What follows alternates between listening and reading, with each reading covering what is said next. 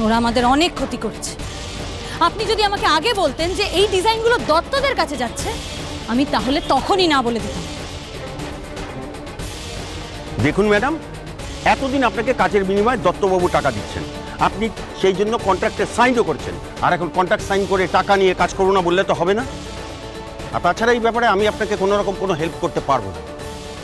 আপনি যদি contract break করেন তাহলে দত্তবাবু আপনার এগেনস্টে কি লিগ্যাল স্টেপ নেবেন না নেবেন সেটা সরাসরি দত্তবাবুর সঙ্গে আপনাকে কথা বলে নিতে হবে, আমাকে এর মধ্যে জড়াবেন না। বেশ, ঠিক আছে, আমি ওনার সাথেই সরাসরি কথা বলবো।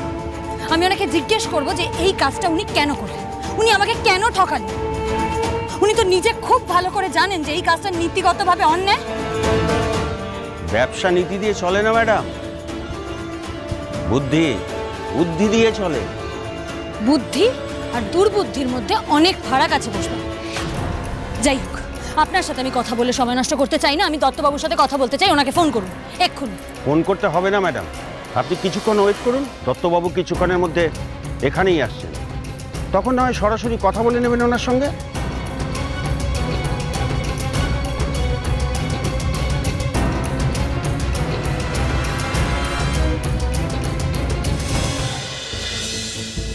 ওই দেখছেন স্যার, মিডিয়া জড়ো হয়ে গেছে। আমার কাছে খবর আছে স্যার, দত্তবাবু আজকে এখানেই আসবেন, কিন্তু মিডিয়াকে ডাকলো, তার উপর আবার ডিজাইনারকেও ডেকেছে। উনি কি এই ব্যাপারটাকে পাবলিকলি কিছু অ্যানাউন্সমেন্ট করতে চাইছে? হয়তো নিজের ডিজাইনারকে ইন্ট্রোডিউস করতে চাইছেন। স্যার বলছি আমরা একবার ওদিকটা যাই, হয়তো ডিজাইনার এর মধ্যে চলেও আসতে পারে।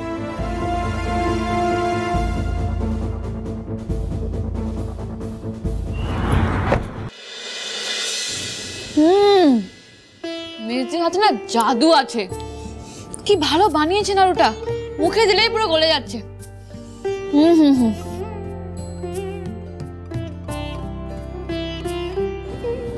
নিন, আপনিও খান না, আপনিও তো নাড়ু খেতে ভালোবাসেন। শাশুমা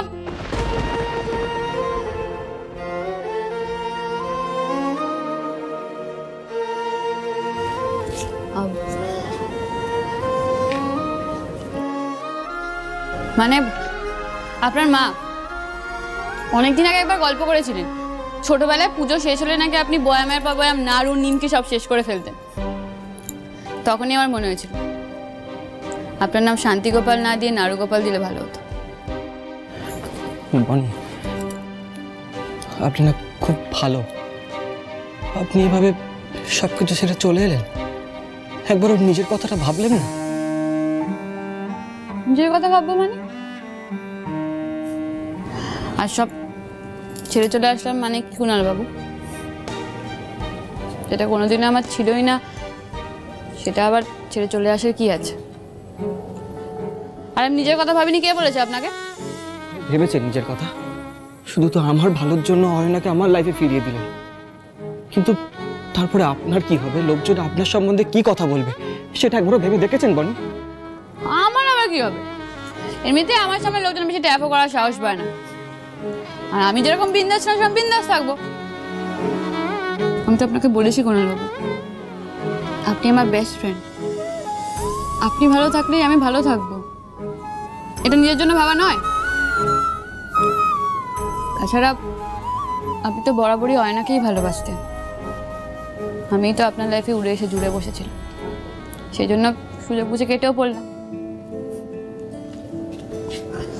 আমার কাজ তো এবার শেষ,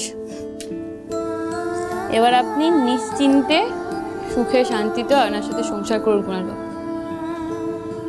এখন আপনার একটাই কাজ, অয়নাকে সময় দেওয়া। এভাবে আমার সাথে আড্ডা মারলে কিন্তু হবে না, অয়না খুব রাগ করবে। মেয়েরা এরকম একটু পজিটিভ টাইপেরই হয়। ওসব আপনার তো কাঁচা মাথায় সেসব কিছুই ঢুকবে না। শুনুন, এবার আস্তে আস্তে এগুলো একটু বোঝার চেষ্টা করুন। অয়নার ভালোবাসার সিগন্যাল আপনার ডাটারে টাইমলি ক্যাচ না করলে কিন্তু আপনিই মুশকিলে পড়বেন। কিন্তু বনি,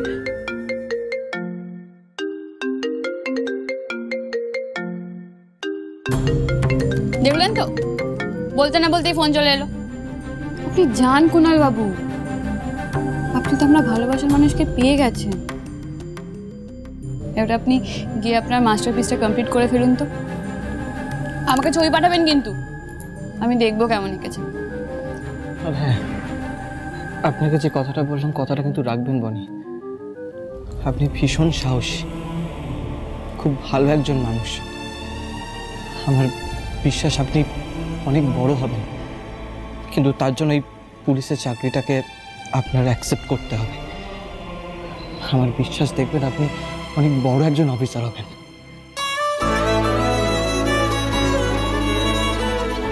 খুব ভালো থাকবেন বনি। আর একটা কথা সব সময় মাথায় রাখবেন, আপনার এই বেস্ট ফ্রেন্ড সব সময় আপনার সঙ্গে আছে।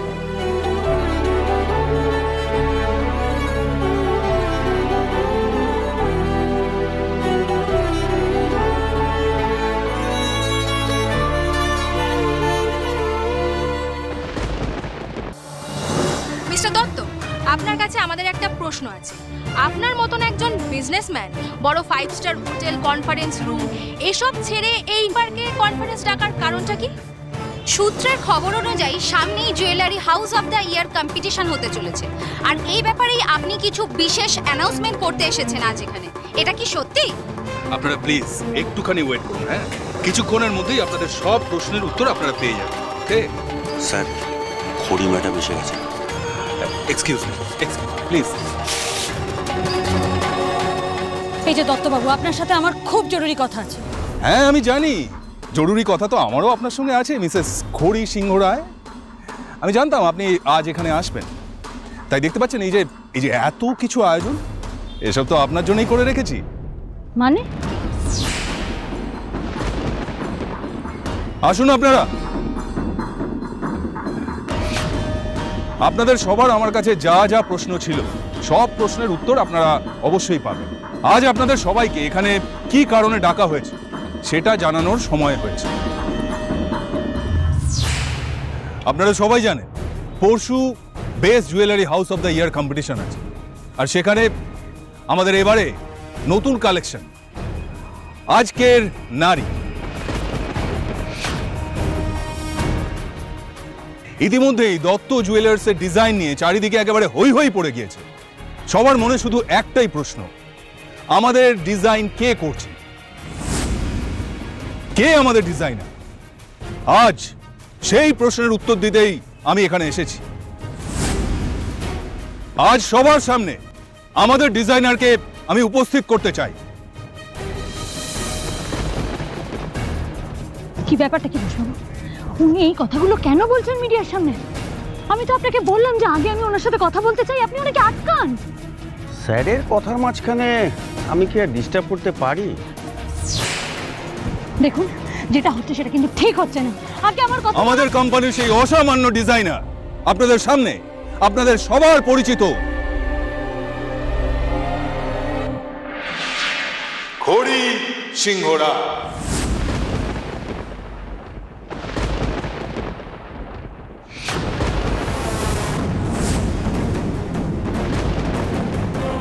দত্তদের ডিজাইনার খড়ি?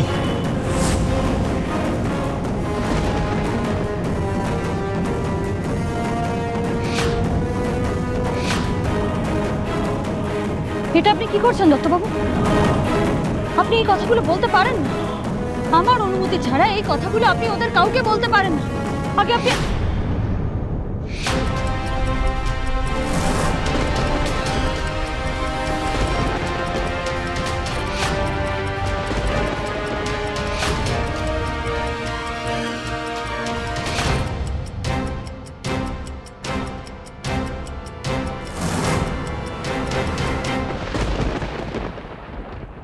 Best jewellery house of the year কম্পিটিশনে আমাদের জন্য কাজ করার জন্য আপনি তৈরি হয়ে যান।